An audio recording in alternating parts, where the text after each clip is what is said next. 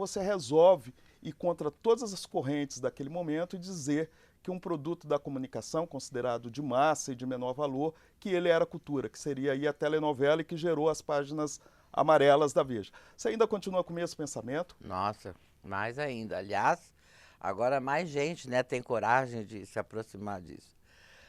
Na verdade, o que acontece é o seguinte, a telenovela, todos os produtos dos meios de comunicação, eles têm as suas matrizes na cultura popular. Isso, né? Exatamente por isso, eles são muito relegados, muito desprestigiados pela chamada elite. A, a telenovela mais ainda, porque se existe um lugar na televisão onde você tem claramente as matrizes populares, esse lugar é a telenovela. Então vem aquele negócio assim, mas toda telenovela é igual. Não, toda telenovela é igual, não. Toda história de amor é igual. Romeu e Julieta, Tristão e Isolda, e aí você vai. Quer dizer, então sempre você tem um homem, uma mulher, ou duas pessoas que se amam, e uma terceira que está ali para atrapalhar, etc., para disputar. Uma terceira ou um obstáculo, né? Um elemento Basta, precipitador de é, situações. basta ver o Prop, né? O Vladimir Prop, que você tem lá toda a estrutura dos contos. Mas, enfim. Então, em primeiro lugar, a telenovela era maldita, né? Por causa dessas matrizes populares que ela traz e por ser um produto ao qual a população, de maneira geral, interclasses, etc., tinha e tem acesso, né? Entendia disso, era capaz de discutir, então, sabe, não serve, né? Então, primeiro essa coisa. Segundo, a universidade, no nosso, sempre do ponto de vista da comunicação, virava as costas para o produto de mídia que tem o maior índice de audiência deste país, que tinha e tem. Naquele tempo, certas novelas no seu final chegavam a 100% de share, E 100%. parava o país. Né? Parava o país. Hoje não tem mais assim 100% de share no final da novela, tal, tem alto, mas não é isso. Mas naquele tempo era. E nós simplesmente não estudávamos porque a telenovela não dava prestígio, porque, enfim, essa coisa de povo, né? Não dá. Exatamente por isso é que a gente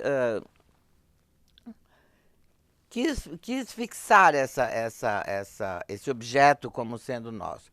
Eu quero deixar claro que eu não fiz isso sozinha. Quer dizer, a Maria Imaculata Vassalo de Lopes esteve o tempo todo junto. Antes tinha estado a Ana Maria Fadu, a Maria de Lourdes Motter, a professora Solange. Quer dizer, são pessoas e outras que, desculpa se eu estiver esquecendo alguém, mas havia um grupo bastante importante de professores, pesquisadores e havia um grupo também de funcionários que acreditava nisso, porque eu sempre defendi e continuo defendendo que se você não tiver uma conjugação de funcionários com docentes, a universidade não anda. Isso é outra questão No séria. caso, isso se tornou um projeto departamental? Se tornou um projeto, não departamental, mas de uma parte do departamento. Então, naquele tempo, nós tínhamos a Sandra Cacheta, que foi uma espécie de líder dos funcionários para sustentar os nossos eventos, que, afinal de contas, eram muito novos. E se as pessoas vinham aos eventos, vinham porque a gente tinha o prestígio de trazer o José Wilker, entendeu? A Eva Vilma, o Carlos Zara. Então, vinham para ver o artista, não vinham para ouvir a gente. Mas devagar começaram a nos ouvir. Houve um projeto, nós tivemos um projeto que eu coordenei, um grande projeto, do qual faziam parte 9 outros projetos. E todos sobre telenovela. E me lembrei agora da Merenice, que fez um projeto sobre a linguagem do cinema, a linguagem da telenovela, porque estava começando a linguagem do cinema na telenovela, que era o Cananga do Japão e depois o Pantanal, etc. Ou seja, foi um grande projeto, tivemos financiamento da FAPESP, tivemos financiamento do CNPq, tivemos financiamento da própria Pró-Reitoria de Pesquisa da USP. Enfim, as instituições acabaram colaborando bastante para o projeto andar. Foi de Agora, 95 a 2000. no momento em que se começa a pensar, isso era enquanto linha de pesquisas, projetos de Não, isso não pesquisa, existia. não existia, né? Não. As telenovelas daquele momento para hoje, elas modificaram muito em termos da sua estrutura, a construção técnica, a construção de roteiro? Sim, elas se modificaram muito. Você tem, eu quero falar só comparando já dois períodos bem Aham. distantes para ficar mais fácil de entender. Por exemplo, quando houve a ditadura no Brasil, quer dizer, o período da ditadura foi o período que você tinha mais gente de esquerda escrevendo telenovela. Eu estou falando do Mário Lago, eu estou falando do Lauro César Muniz, eu estou falando do Dias Gomes, quer dizer, eu estou falando dessa gente que era mesmo tudo do Partido Comunista, que estava lá escrevendo novela, porque eles estavam sem emprego, porque o teatro estava todo censurado. E naquele momento eles dividiram o Brasil em pequenas cidades, né? E ali eles montavam as histórias, né, as tramas, nas quais você tinha, metaforicamente, a crítica ao que estava acontecendo. Então você diz assim, ah, mas a população em geral entendia essa crítica? Não sei, quer dizer, é uma questão de. É como qualquer produto, quer dizer, você olha, a recepção daquele produto vai mobilizar o seu universo cultural. Uns vão perceber mais, outros médio, outros menos, outros nada. Né? Porque Não importa, mesmo. mas essas são. Agora, já hoje, não, hoje as novelas estão mais ligadas aos temas do cotidiano, o que eu acho bastante interessante, os temas do cotidiano que são bastante discutidos. Elas têm, elas colocam determinados valores que teoricamente poderiam mudar, etc, etc. Por exemplo, as telenovelas, na atualidade, elas trabalham muito com essas questões do cotidiano e quebrando também, mexendo também com muitos tabus já Sim, constituídos, né? sim, sim. Ah, é possível dizer que são as telenovelas que estão mudando, ou pautando a realidade social e política, ou a realidade social e política que acabam sendo representadas na novela, Não, não na existe isso. O telenovela? que existe é um diálogo permanente entre qualquer meio de comunicação e a sociedade. Há um diálogo permanente, porque e eles têm que falar uma linguagem próxima, senão eles não se entendem, né? Agora, não há, em primeiro lugar, porque precisa ficar claro que a mídia jamais determina valores, jamais. O que ela tem é que ela se infiltra na trama cultural, né? E como outras coisas que também se infiltram na trama cultural, ela passa a ter um papel importante na formação dos sujeitos sociais. Mas porque ela está infiltrada na trama cultural e não é que ela determine, veja você, sobre a questão do sem terra.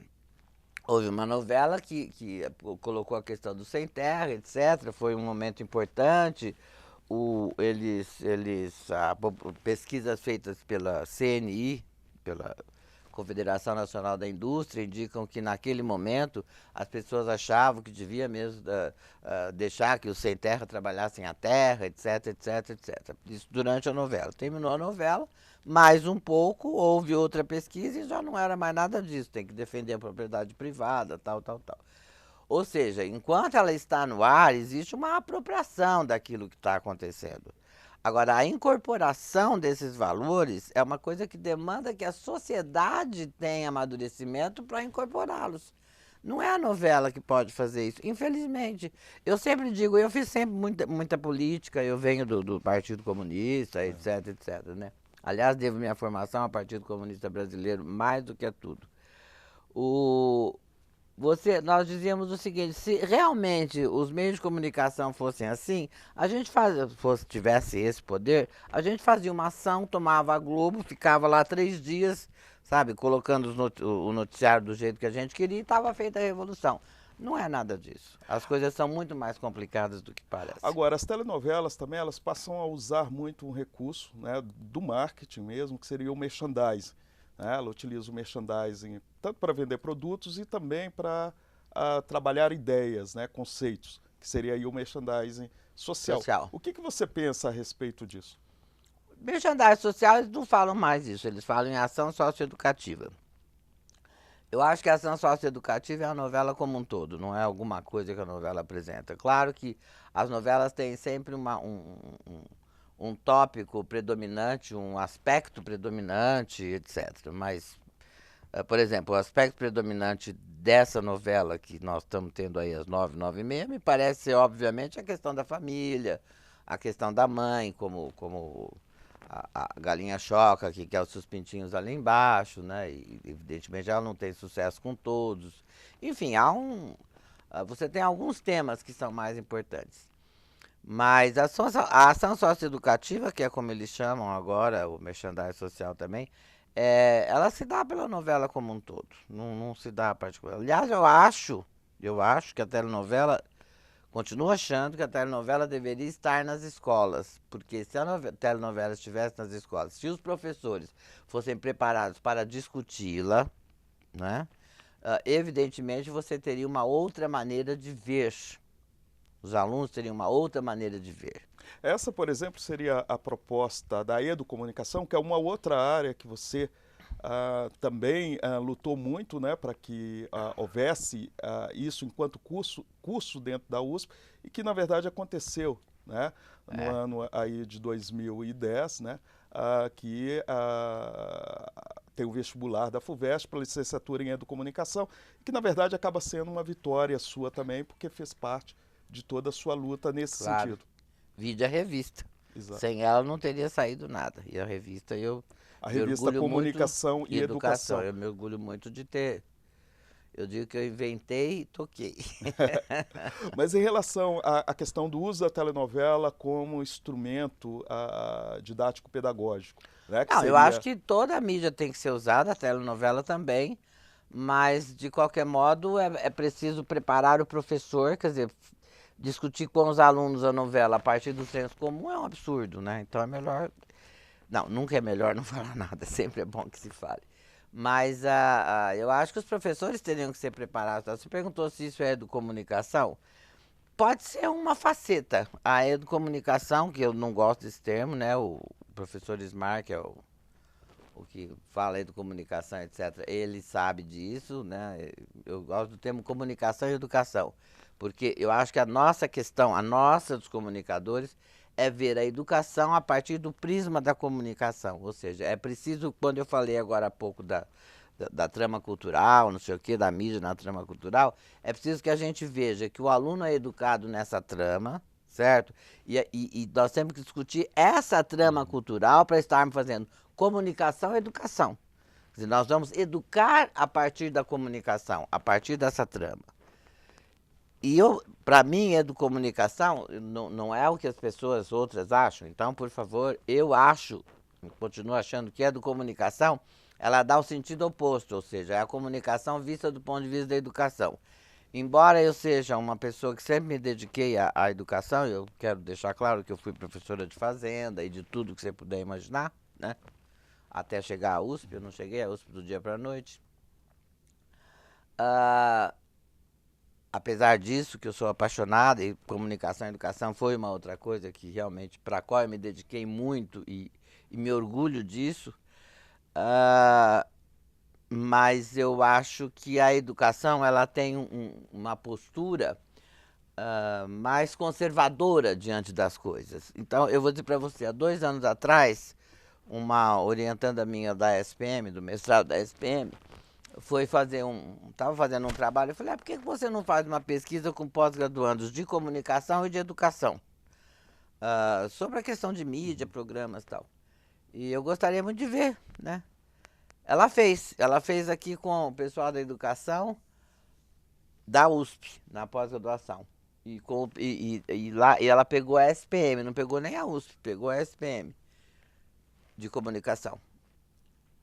E a mudança, a diferença continua alta. Quer dizer, o pessoal de educação continua achando que a telenovela aliena, que a mídia aliena, que nada disso, que não devemos trabalhar com isso. Agora, quando você fala em comunicação e educação, né, é quase impossível não perguntar sobre Paulo Freire, e você trabalhou com Paulo Freire, né? Mas sobre essa experiência Pouco, eu gostaria de ter trabalhado muito. Mas sobre essa experiência nós vamos falar no próximo bloco. O Trajetória volta em instantes.